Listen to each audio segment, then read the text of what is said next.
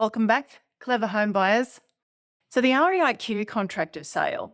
And so the REIQ is the Real Estate Institute of Queensland, and they got together with the Queensland Law Society to be able to make a contract that is easy to understand. It's got everything in it that you need, and it protects the seller and the buyer. It's important to remember that the real estate agent is not on your team. They'll have you sign a contract geared towards their client. This is going to be a lengthy video, but I'm going to keep it as simple as possible, and I'm going to try and keep it less than 10 minutes. We're talking about the REIQ contract of sale. To begin with, I'm showing you this page out of the workbook because the REIQ contract of sale was created by the Real Estate Institute of Queensland and the Queensland Law Society. They decided that it would be smart to make a contract that protected both the buyer and seller.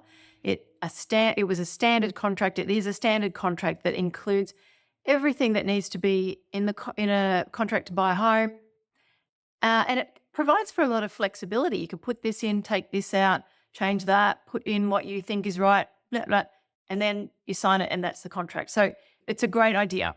I'm going to take you through it because we need to talk about the flexibility that's in that contract and how you can make it work for you if you're in a situation where you are able to make some modifications. And what I mean by that is if it's a seller's market and a hot market and there's several offers come through and some of them have got cleaner contracts than yours, provided that the dollars are about the same, they're likely to go with the cleaner, simpler contract.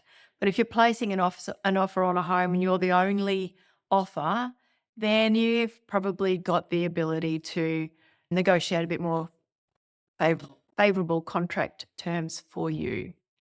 Let's talk about it. So the real estate agent is not on your team. We know that. They will have you sign a contract geared towards what the seller wants. Your conveyancer is on your team. And a conveyancer can advocate for you and negotiate more favorable terms and conditions before you sign or at any point during the process. So a common agent process is to gather offers and then help the seller to choose the best one. If your offer is accepted, you're in a strong position to have your conveyancer refine the contract a little bit to your advantage where possible before you commit. Most of the people out there are submitting offers and then they're signing a contract afterwards. We strongly encourage you to speak to your conveyancer regarding anything in the contract, any special conditions or anything that you want to add before you sign the contract. And it's essential you're prepared before you sign anything. If you are ready to show the contract to your conveyancer, they're going to need this from the sales agent, all of the relevant property documentation. You know, when you go to those open homes and they take down your phone number and then you get sent a text message afterwards with a link in it. You click on the link and you're taken to this web page with all of these documents in there. Just send that link to your conveyancer. That's great. That's easy, simple. And then from you, your conveyancer will need information like all your personal details and your offer price and your terms and any special conditions. And you're like, what am I going to? So I'm going to help you to understand what terms and special conditions you can put into the contract because you don't know what you don't know. And if you're unable to instruct your solicitor or conveyancer because you just don't know what you could be instructing them to do. So let's make you aware of that. Having said that, this information in this module is not advice. It's just general information to help you understand the REIQ contract of sale. So you can then give instructions to your conveyancer. So the REI contract of sale, I was saying before, it's a template, but it has flexibility. Flexibility for the seller and flexibility for you. These are the points of flexibility in the REIQ contract of sale.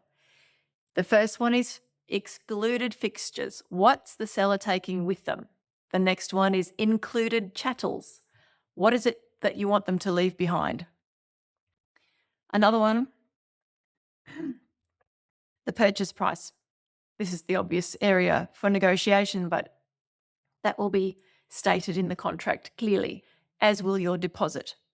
And we'll talk about deposits in a little bit more detail, but buyers might offer a small deposit or sellers might request a larger one.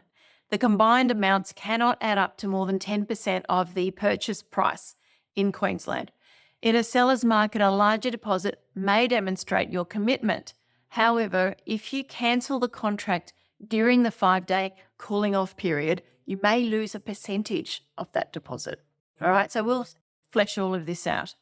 Another area of flexibility that you've got in this templated contract is finance. You might not have that much cash sitting in your bank account. You might need to get money from a lender, and therefore you want your contract to allow you to have that leeway so that you can go and apply for your money from the lender, have it put into your bank account, or have the lender pay it into the seller's bank account. This is where pre-approval is very important, because if you haven't got pre-approval, your offer doesn't look very attractive to the seller. So make sure you've got your pre-approval in place so that therefore you can then say, yep, I'm pre-approved and it's going to take me 2 weeks to get that money through to you from my lender. Basically, that's what that means. It's important that you answer that clearly on the contract, and so we'll talk about that. Another area of flexibility, finance. You could have said, no, I don't need finance, and you could have just left that blank. Another one you can leave blank is the building and pest inspection. I wouldn't encourage it unless you're 100% confident that you don't need it, or that you're 100% confident that they won't accept your offer unless you've left it off, in which case you need to have done other physical due diligence so that you feel comfortable making an offer by leaving that building inspection information blank. And we'll talk about that as well. Special conditions. So that's a catch-all for any other agreed upon terms that aren't covered by the standard clauses in the templated contract. Another one is the settlement date. When do you actually want to pick up the keys? Does the seller want to stay in the home for a period of time, and so you've got to wait for a period of time before you can pick up the keys, or are they not even living there, and so you could pick them up almost immediately as soon as all of the contract conditions have been met? So the settlement date, quite often it's 30 days. It could be less, could be more. And any annexes that are attached to the back of the contract. So these are the things that, from that contract template, these are the things that are negotiated and are ebbing and flowing until those signatures go on there. So what I want to do is show you a contract so that we can see where these flexibilities sit within that contract. Let me take you to the contract. On the front page of the contract, we see that it's all about the seller. We've got the seller's real estate agent's name.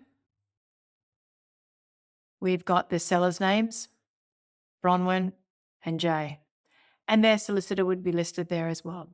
On the second page, we've got the buyer's details. That's blank because they don't know who's going to be buying the home. So that's your name. If there were more than 2 names here, you'd put the third name as an annexure at the end of the contract. Your buyer's agent, if you had one.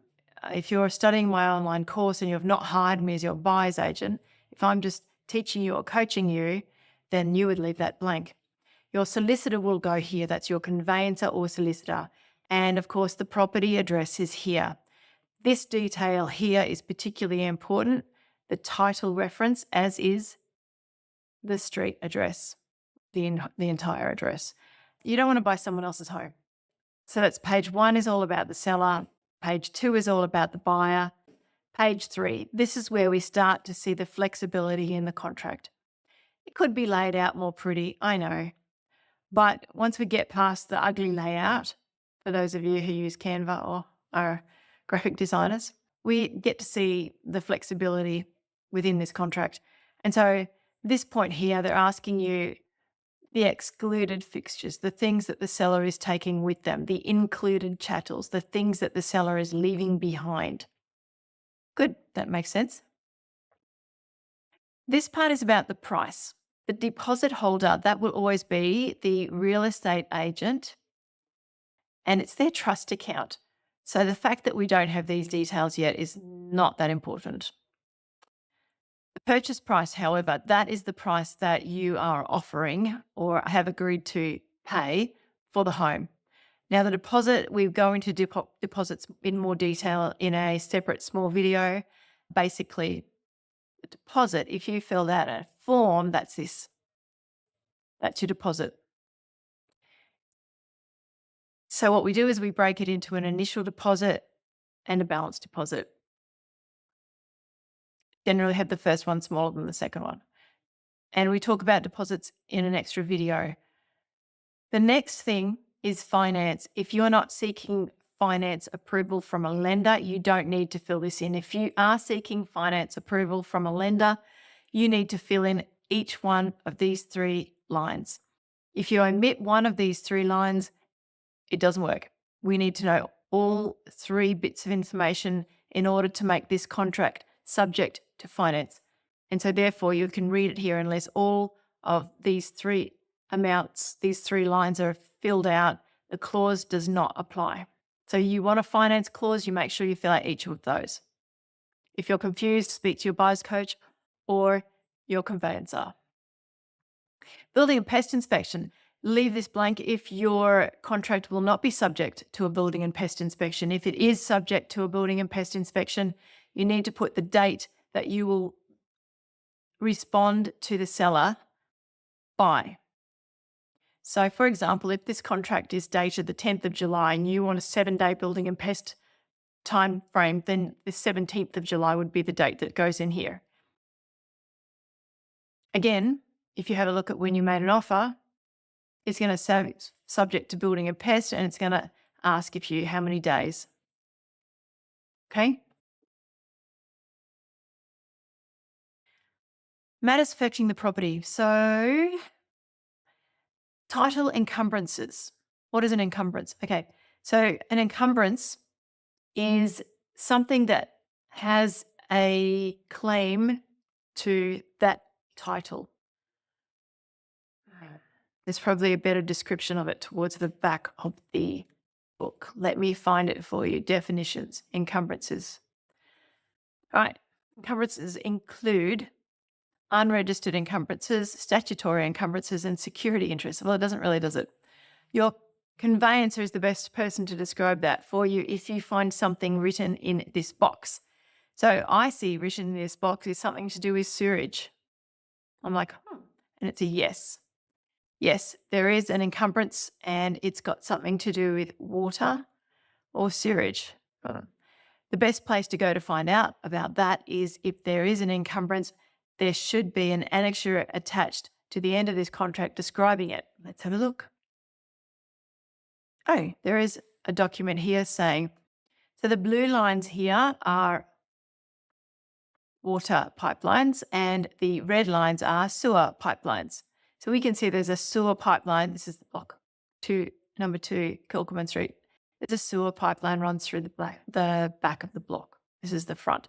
You can see the mains water is here and the water that's coming onto the property is here. There we go. So now we know what that means because they've attached it as an annexure. What else do we have? Let's go back. First page is all about seller. Second page is all about the buyer and the information about the property. The title reference. So we have an annexure to this. There was only two annexures to this contract. And this is the other one. So let's just check 150412228. 150412228. And that's from Titles Queensland. So we can check that this is owned by those people. So it must be the same block of land. And it doesn't have the address. Do you notice that? It's got the title reference number. So we check the names. We go, okay. You can see that there's some other encumbrances mentioned here. So they've obviously still got a bit of a mortgage going on there. Your conveyancer will be the person to make sure that that gets paid out before you own the property. So page 1's all about seller, page 2's all about the buyer, page 3's got a lot of the flexibility that we talked about here, a lot of this flexibility. So what haven't we talked about yet? We haven't talked about special conditions. We've covered the fixtures, the chattels, the price, the deposit, the finance, and the building and pest inspection. Special conditions. Okay, let's have a look.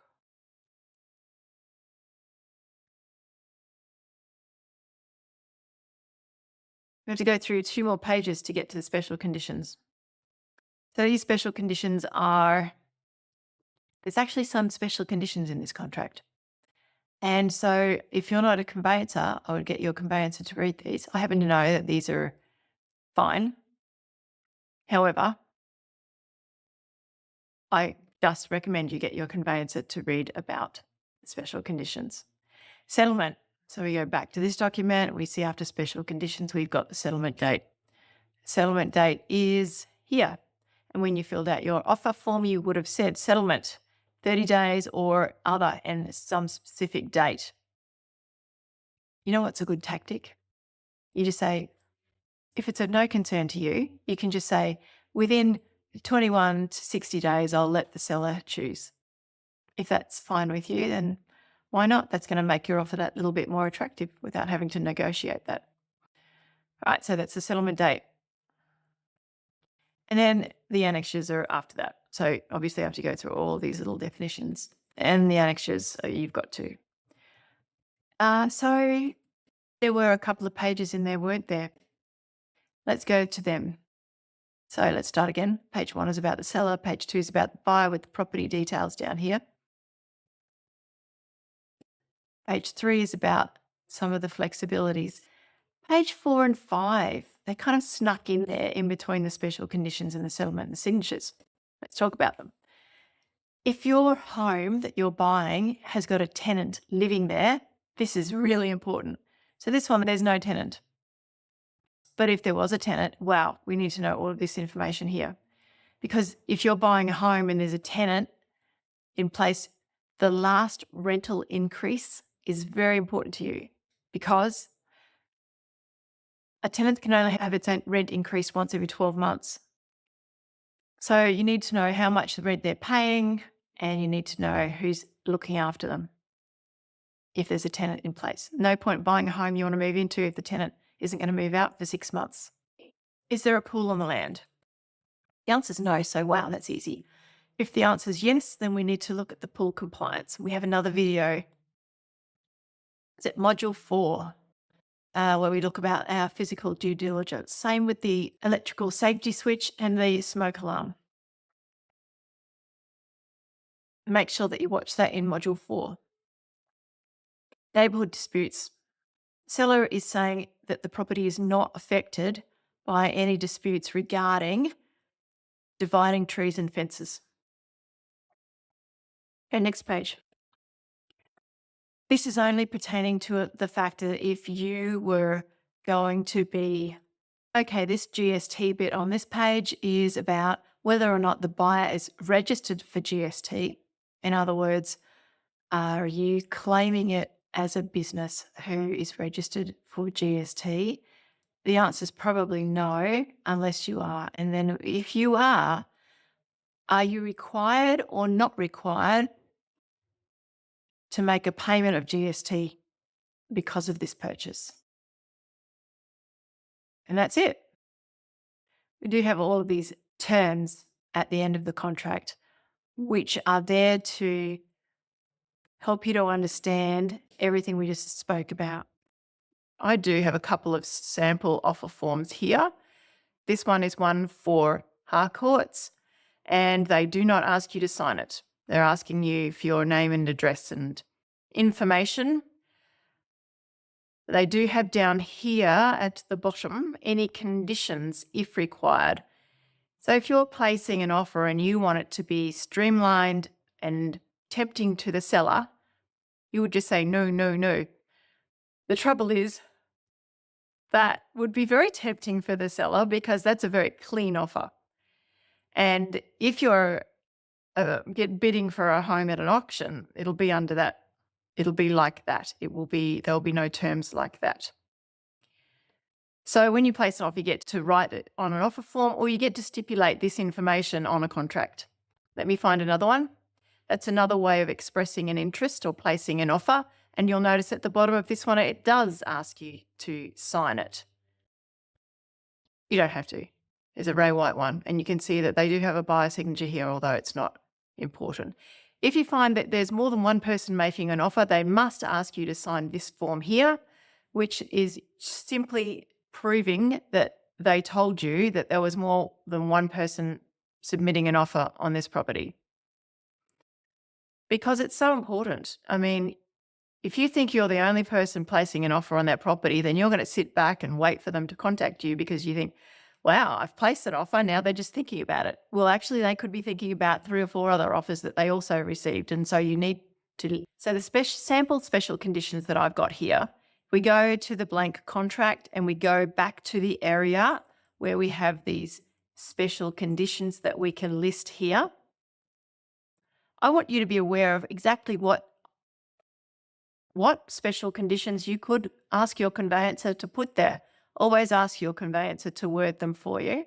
And an electrical special inspection condition. So you might be conducting your physical due diligence and you might think that the electrical system to the home is not in very good condition. In fact, it looks like it's from 1961.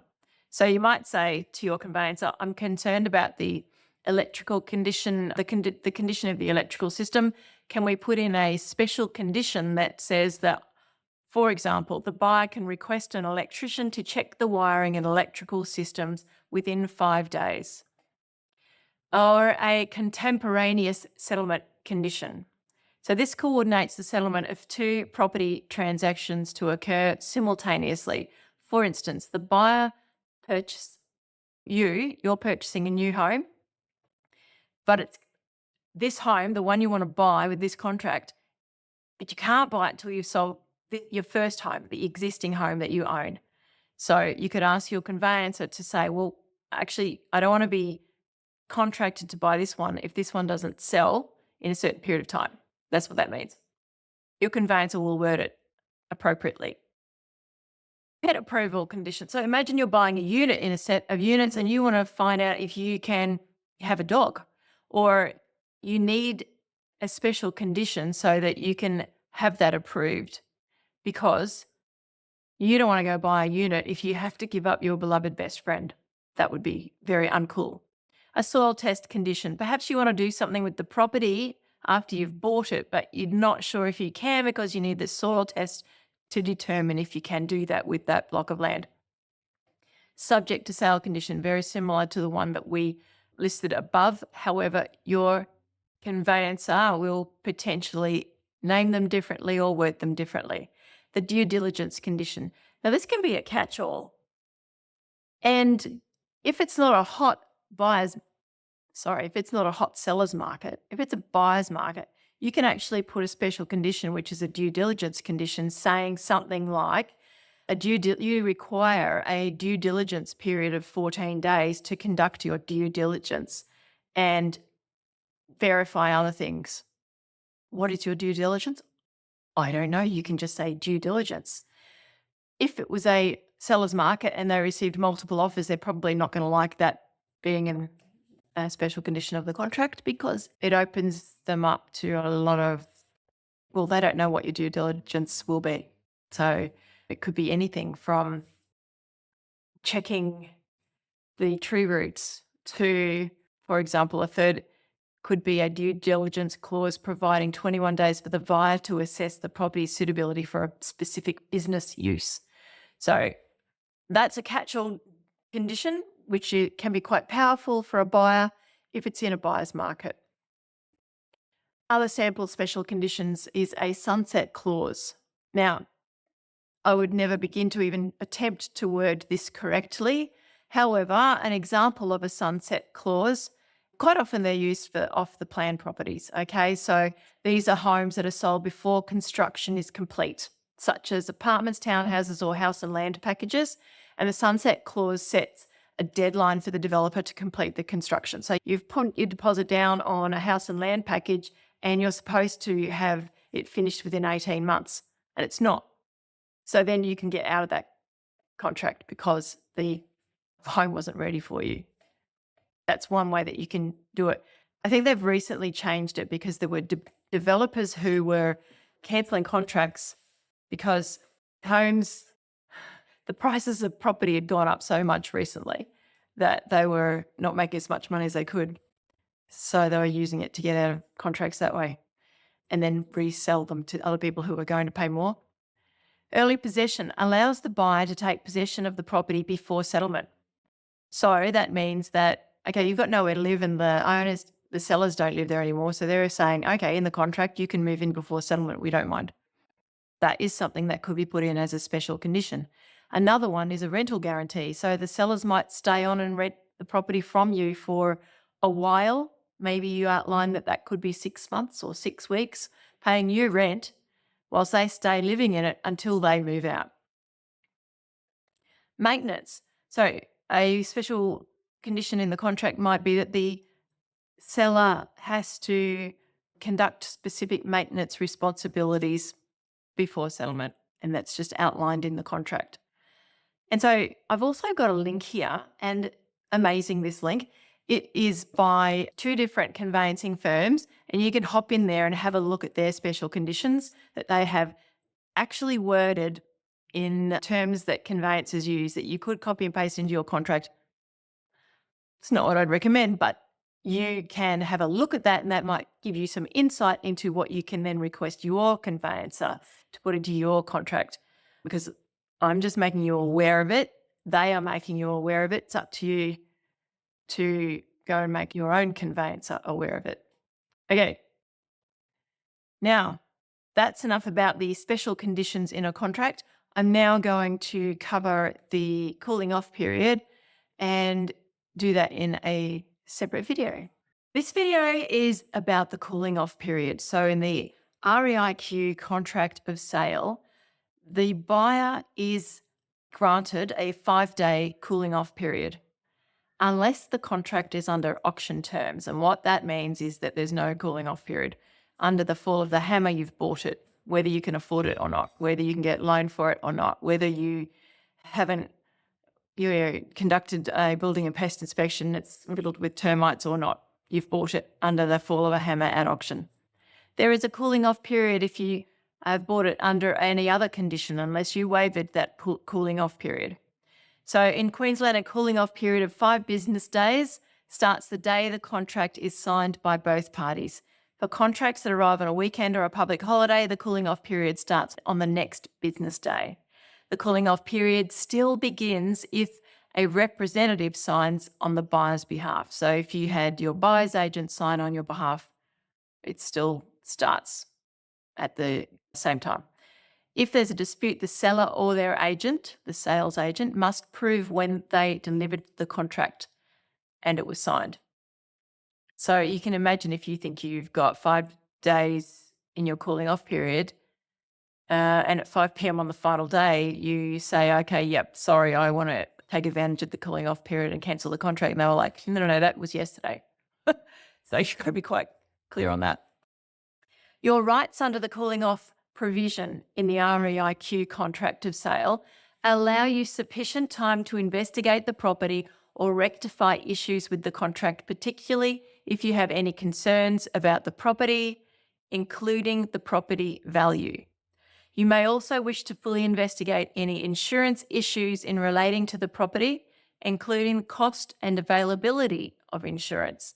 However, if you exercise the right of termination pursuant to the cooling off provisions, the seller may retain a penalty of 0.25% of the purchase price from the deposit paid under the contract.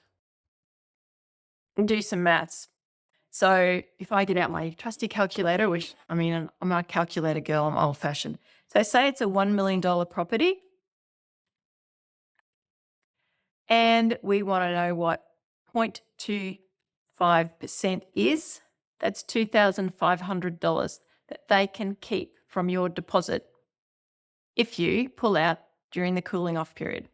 If you do have concerns about the home and a cooling off period applies, you can urgently instruct your conveyancer to immediately commence some searches before the cooling off period expires. Exempt contracts, a sale by auction, like I said, or a follow-up sale after an unsuccessful auction before 5 p.m. on the second business day after the auction, in which the buyer was a registered bidder. If you weren't a registered bidder, then you get the cooling off period. So to cancel the contract of sale, you must give the sales agent, the real estate agent, notice in writing by 5 p.m. on the 5th day. You can deliver it in person or by email. If you choose to cancel during the cooling off period, the seller may deduct that penalty and they will need to refund your deposit. And they may obviously take that percentage out of the deposit.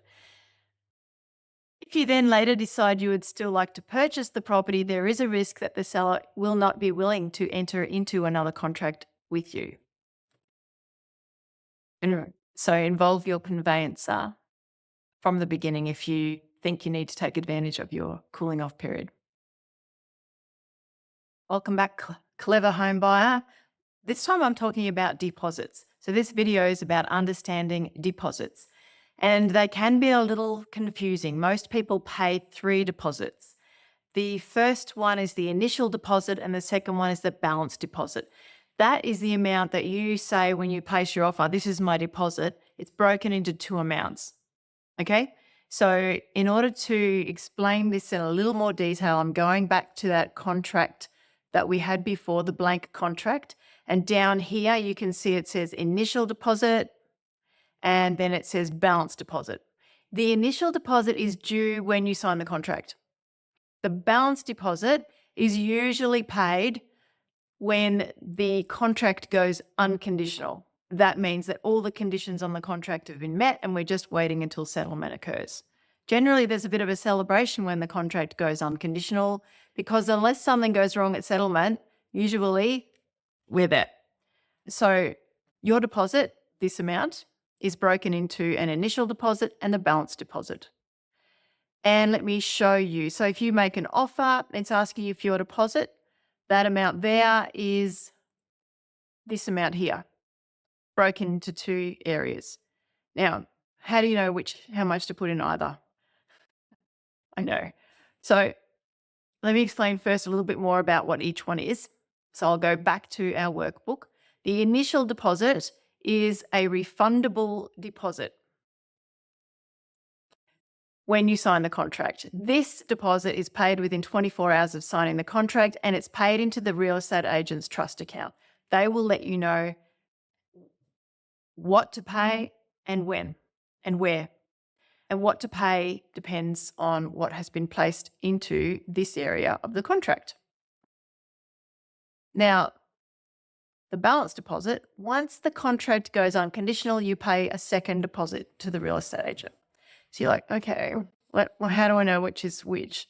You can let the real estate agent fill that in the contract for you. You can let your conveyancer fill that in the contract for you, or you can fill it in yourself. If you need help to fill it in yourself in this workbook that we're currently in, if I was to fast forward you all the way to the bottom of the jar, we make up a worksheet for you so that you can therefore say the price of your offer, the initial deposit and the balance deposit. Here we recommend this much and this much if you're not sure. This is the last page in the workbook before the end of the workbook, okay? So we try and make it clear for you and we will get to that. So understanding the deposits, the final deposit that you'll probably find that you're paying if you're receiving finance is your lender's deposit, and that's the one that does not go to the sales agent. It goes to your lender, the bank, the building society. Your mortgage broker will have liaised if you have a mortgage broker, and then your conveyancer will probably take care of making sure that you don't miss any of these dates. A good one will. They'll be emailing you in advance. Don't forget, you've got to pay this deposit coming up because this is when the contract goes unconditional. You've got to transfer the money. This is the amount. You need to be really careful of scams nowadays when you're transferring big amounts of money. So be guided by your conveyancer because they will be the ones that are protecting you from transferring the money to somebody who doesn't deserve it. Right, so that's what we have to tell you about deposits. And I can't wait for the next video because then we're really going to go into a lot of detail about avoidable contract mistakes. I'll see you then. So you might be wondering what mistakes could possibly be in a contract that could throw things awry, many, and they're avoidable. One of the most common ones is not getting the names right on the contract. And believe it or not, it's very important. So you can't use nicknames. If your name is James, you can't use Jimmy or Jim, for example. If your surname is a double-barreled surname with a hyphen, but everyone just uses the first part, that's not good enough. Whatever's on your Medicare card isn't necessarily what's on your passport. So it really needs to have your legal name on the contract. And so that's important. That's an avoidable mistake. Another avoidable mistake is missing deadlines. All right. So failing to have your building and pest inspection report in by the deadline is a common one. The buyer may lose their deposit if deadlines are not met. That's enough reason to make sure you meet your deadlines, isn't it? Not including chattels and fixtures in the contract, just assuming that the shelves in the garage are going to stay. Just assuming, don't assume. Look, it happens more often than we'd like. Sometimes the seller will take the dishwasher with them and you assumed that it was a fixture, whereas it can be unscrewed and unplugged and wheeled away or shimmied away. But just make things clear. If you expect them to be there when you get your keys, make it clear in the contract. Ignoring the sunset clause is another one. Misunderstanding the cooling off period, not realizing the cooling off period exists, for one. Failing to act within the cooling off period. Misinterpreting the length of the cooling off period. So understanding that, because you may be expecting you can terminate under the cooling off period and you missed it because it's 5:15 and you had to have your cooling off period ended at 5 p.m, for example. Okay, next page. More avoidable contract mistakes. Overlooking the finance contingencies, not including a finance clause in the contract. Now, as we said about the contract before, if you don't have each one of these lines, this one, and this one with information in it, then you'll find that you've not included the finance condition in the contract. Failing to seek legal advice and signing the contract without legal review, misinterpreting the jargon, overlooking important things. Wow, you might get unfavorable contract terms, or it could actually be a lot worse than that. So you need to always make sure that you either understand precisely what's in the contract or that you seek legal advice. And my advice to you is always seek legal advice. You know, there are conveyancers now I'm sounding like I'm really old. Go to a conveyancer and they'll say, this is our set fee. And in that we will peruse 3 contracts for you. Okay, but still the same amount. So why not? Disregarding special conditions, failing to specify required repairs or not including conditions for anything. We talked about the special conditions in a previous video. And so not paying attention to the ones that are already in the contract or not including ones that you should have had in the contract to protect you and your interests. Misinterpreting the terms of sale. So misunderstanding the settlement date. Okay, so you thought that you were moving in on this date and that was the unconditional date. You got confused, or getting confused about the deposit, overlooking the current cooling off period.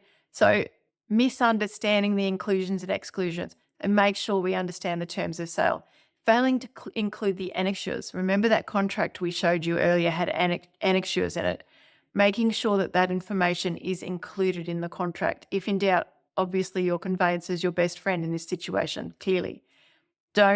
Please don't ask me about contracts when we have our coaching call. Not my job, because I don't want to misguide you in the slightest. That's what they're for. I can give you general information, but that's all.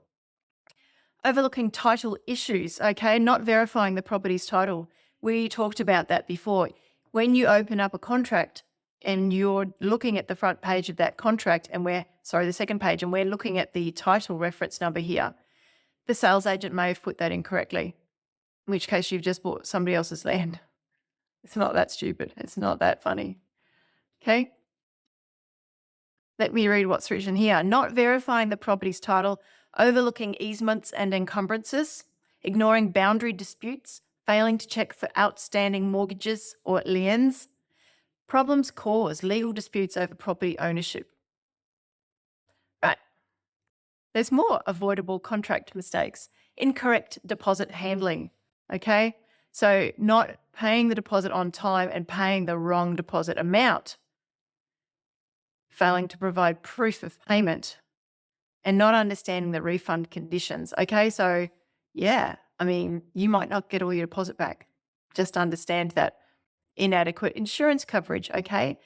Did you know that the day after you sign the contract, you have until 5 p.m. to take out insurance on the property that you don't own yet, whether that be a block of land or a house or a unit. If something happens and there's an insurance claim that needs to be processed, if you're not insured, that's a really big problem for you. I'm talking about if it's a block of land and there's a tree on your block of land, and in Cyclone Alfred, for example, that tree fell on and crushed someone's house and you don't have insurance on that block of land, that's going to be a legal situation for you. What happens if it's not a block of land, it's a house that you've just bought? The seller's still living in the house, but it floods or it burns down or a tree falls on it or a car runs into the fence. There's many reasons why you need your own insurance. And I think we definitely covered this in another module. I think it's covered in module 9 completely. But yes, you are responsible for the property 5 p.m. the business day after you sign the contract. Unclear occupancy terms that are not made clear, you haven't understood them in the contract. That means that you thought you could move in and you can't, or you thought the tenants were moving out and they're not, or you thought the sellers were not still going to be there when you picked up the keys. Ignoring maintenance responsibilities. Okay, so the seller didn't maintain the pool. The pool went green and you came in to move into the house and this pool is like soup. Well, that's property, because if there was a special condition in the contract that the seller was supposed to maintain that pool and not let it turn into green soup before you picked up the keys, that's a problem. Miscommunication between parties. The last one here on this page is not informing the seller of your finance approval, failing to communicate inspection results. Okay. If you weren't happy with the building and pest inspection results, but you didn't tell them and it's too late, the date's passed, you can't get out of the contract. Okay, so the building is unstable and almost going to fall down and you have missed some dates and not sent that building and pest inspection report to the seller by the due date. Ouch. That's a legal situation that you don't want to be in. Okay, so they are the avoidable contract mistakes. I'm highlighting these for you so that you treat contracts with the care and respect that they deserve, and you involve your conveyancer whenever you have a bit of an eyelid flutter about, what does this mean? I don't understand. Okay, nice to see you again. I'll see you in another video, no doubt, very shortly. This is just a very short video talking about contracts for auction. So the REIQ contract of sale is still used at an auction, but it doesn't have the same degree of flexibility that the normal REIQ contract of sale has. That's because when you sign the contract of sale and auction, you're signing the contract the way that it is already. So you need to have already viewed that contract and have your conveyancer view that contract. And you need to be satisfied that you are happy with any special conditions in that contract or any terms in that contract. So let's have a look at what could be different. So sometimes also it's good to bear in mind is that you might say, I want to put an offer in before auction. And the sales agent might say, fine, but it'll be under auction conditions. And what that means is there's still no cooling off period, even though you've put an offer in before auction. They want you to have, see, let me explain it better. The seller is going to auction, right? And they know this is the contract that is going to be signed by the winning bidder at the auction. And so if you're going to put a pre-auction offer in, they want you to sign this contract too. Otherwise, why would they bother? They can just wait for you to bid at auction. But you're going to have conditions, they're not going to really be interested unless, of course, they feel like maybe it's a real buyer's market. No one's going to turn up for the auction. It could be other reasons, but generally let's just approach this with the solid knowledge that if you're going to place an offer on a home that is headed for auction, they're going to want you to have an auction contract, a contract that has got the same terms and conditions. I hope I made that clear. If there is an auction to take place, the contract will be made available for you to review well in advance. Get it immediately at the open home. Don't wait. Quite often when you attend the open home, you'll receive a text message. The link to all of the documents for the property will be on that link. So the link will take you to a web page and all of the documents for that property, including the contract, will be on that web page. If there's anything in there that makes your eyelid flutter, you need to have your conveyancer have a look at that before you go to auction. If you need special terms, an auction is probably not going to work for you. The reason that they're selling an auction is because they know that more than one person's interested. However, you may be able to get the seller to agree to them prior to auction. Otherwise, what's the point in bidding if you need a long settlement and they won't give you one? So find out from the seller, ask your conveyancer to ask them if it's possible that you could have maybe a different settlement term. Don't really have anything else that you want to put differently in that contract. It's biased towards the seller. It does take a bit of liaising between parties should you want to do that. However, if you're the highest bidder on the auction day, it'll be subject to the terms in the contract that you negotiated prior to the auction. Please don't get excited about that. It's probably not going to be something that the seller's interested in doing. So why is contract review essential before a Queensland auction? In Queensland specifically, there's no cooling off period, right? You know that 5-day cooling off period that we talked about for an entire video doesn't apply to an auction. If you're the successful bidder after the fall of the hammer, you are legally bound to complete your purchase regardless of whether you can afford it or have had time to fully research the home. It's also an unconditional contract, like I said. Any conditions in there will be the ones the seller put in there. So that's why you must show your contract to your conveyancer before you bid in case they do have something in there. The standard contract may have potential variations. Whilst the REIQ contract is commonly used, sellers can include special conditions or variations that might not be immediately obvious and could significantly impact you. So just if you're turning up for an auction, don't just rock up and go, oh, that's the stock. I bought the house. Oh, sorry, the contract. Make sure you've looked at it before you buy it. The deposit settlement. The contract will specify the deposit amount and settlement period. And generally that deposit amount is due once the hammer's fallen, okay? So you need to have it sitting in your bank account so you can transfer that across pretty well. I'd like to say immediately, but sometimes it's not immediately, but be prepared for that. Note, buying at auction requires thorough preparation, including completing all of your due diligence, such as building and pest inspections beforehand. The costs associated with this, along with the emotional intensity of the auction process, lead many buyers to avoid them altogether. I've got 3 forms here that the REIQ has created for buyers to use, and the sales agent may send them to you and they may not, depending upon the situation. This is a consent to receive electronic communication. And so the sales agent may ask you to sign this saying that you are happy for everything to take place electronically. And so it says here, by signing this document, the person or persons consent to the use of electronic communication. Okay, that is just a great way of knowing that you're likely to be signing the contracts digitally. Another document is this one, waiver or shortening of cooling off period.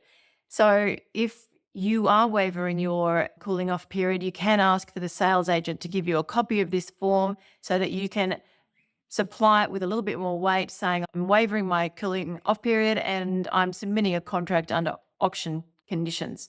If you don't have one of those from the sales agent, you can ask me and I can send you one. It just adds a little bit more weight to your offer.